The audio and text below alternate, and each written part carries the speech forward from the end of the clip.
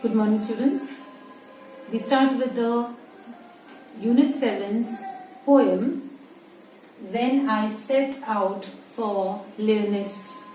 Now, this particular word, the Learness word, is the name of a place. The pronunciations may differ because it's a proper noun, depends upon the area where this particular word is being pronounced, the pronunciations may differ.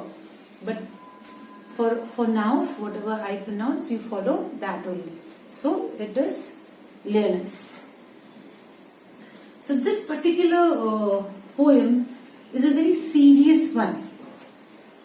Serious as in reference to what changes can a person undergo when he comes in spiritual contact. That is, when he feels the warmth of God. Whether you are a follower or a non-follower, when you feel the bliss of God, the presence of His happiness, the happiness of His presence, what changes come in within you as a human being is being spoken about in this particular poem.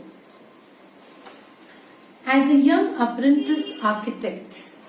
Now, apprentice over here means you firstly pursue the education for whatever you want to become in your life, and then you need to undergo a little bit of training. So that's called apprentice, young one, learning his trade. Apprentice architect, British poet and novelist Thomas Hardy, who is the poet over here, once visited a parish to supervise the restoration of a church. Parish is actually an area in which people live who have got their own church. So he goes to this particular parish, and for what job has he gone there? He is an architect. He has to supervise the work of the restoration of a church. That means the church is very, very old, needs repairs to get back to its original form, in the form it used to be earlier. So old buildings need repairs, so that process is called restoration. On his return from the parish, people noticed two things about him: a new glow in his eyes and a crumpled piece of paper sticking out of his coat pocket. So these two remarkable things were noticed when he returns. There was a very beautiful glow, a very serene, peace, calm glow in his eyes. That paper, it is recorded in one of his biographies, contained the draft of a poem.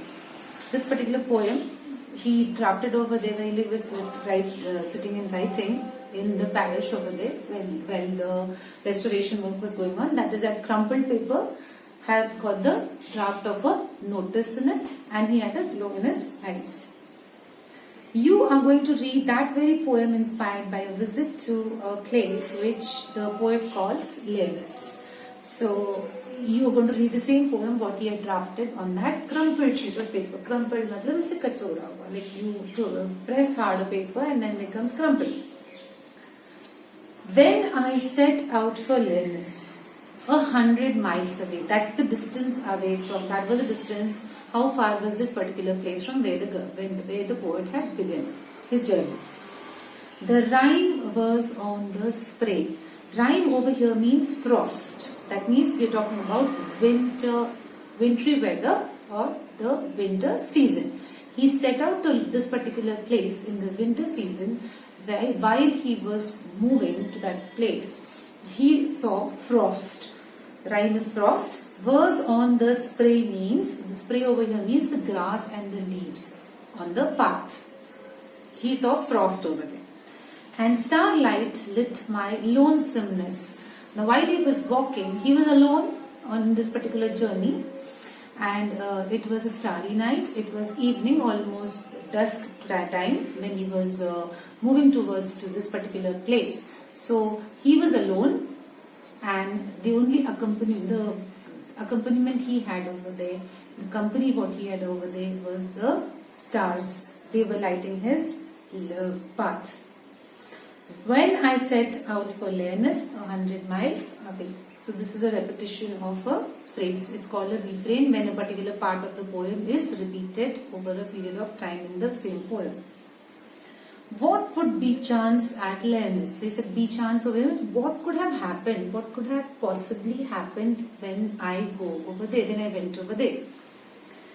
While I should sojourn there, now sojourn over here means to stay over there, his stay over there, the period of time for which he was staying over there. So he's asking, what could have happened when I was staying over there? No prophet dost declare. Over here, prophet is a person who is a saint, a person. So a person who preaches about religion. So this particular prophet also couldn't dust over here means dare. Couldn't even dare to declare what could be the change. Nor did the wisest wizard guess. Wisest wizard. Now wizard is the masculine gender name of a person who does magic. If black magic especially. So black magic, if a woman does, she is called a witch, and if it's a man doing it, it's called a wizard, and wizard is also nothing but a magician. The magicians, if you ask them certain questions, what is going to happen in the future, they do give you an answer. But in this chance, what change would the poet undergo after his visit to this particular place, to this parish? Not even the prophet could say, nor the wisest wizard in the entire world could declare what could be the change. What would be chance at Learners while I should sojourn there? Here again comes the repetition. While I should sojourn there, nobody could guess what would be the change which would come in me. When I return from Learners with magic in my eyes. Now, the person who went as an apprentice over here, he just had to do his job to see whether the restoration is being done or not, whether he had to assist whether the restoration is being done or not. And then he comes back with a very bright spark in his eye. So what do you think could have been the change which was being noticed by people in him? The change was that he had come with a very close contact with God. Because he has been to a very old church. Like those who have been to old churches know that the environment inside is very, very godly, it appeals to your heart and actually changes the way you think. So that moment of coming in contact with the godliness over there made his eyes shine. All marked with mute surmise. So when all were seeing that kind of magic in his eyes. So mute surmise over here means the magic in his eyes could be clearly visible when he returned from there. He was not the same person who had left for that place when he had returned. My radiance is inner glow, rare and fathomless. Fathomless over here means extremely deep. Nobody can understand the depth of it. So his radiance, his glow, is like if you are touched by something spiritually, then the glow from within actually reflects on your face. When I returned from Learners with magic in my eyes. So the entire poem is only, the short poem is all about how spirituality can change you as a person, the way you think. If you are a practical human being, you will definitely have a different perspective of things in your life. You are going to treasure the things around you more when compared to the earlier situations in which you had come across, whether or not to treasure.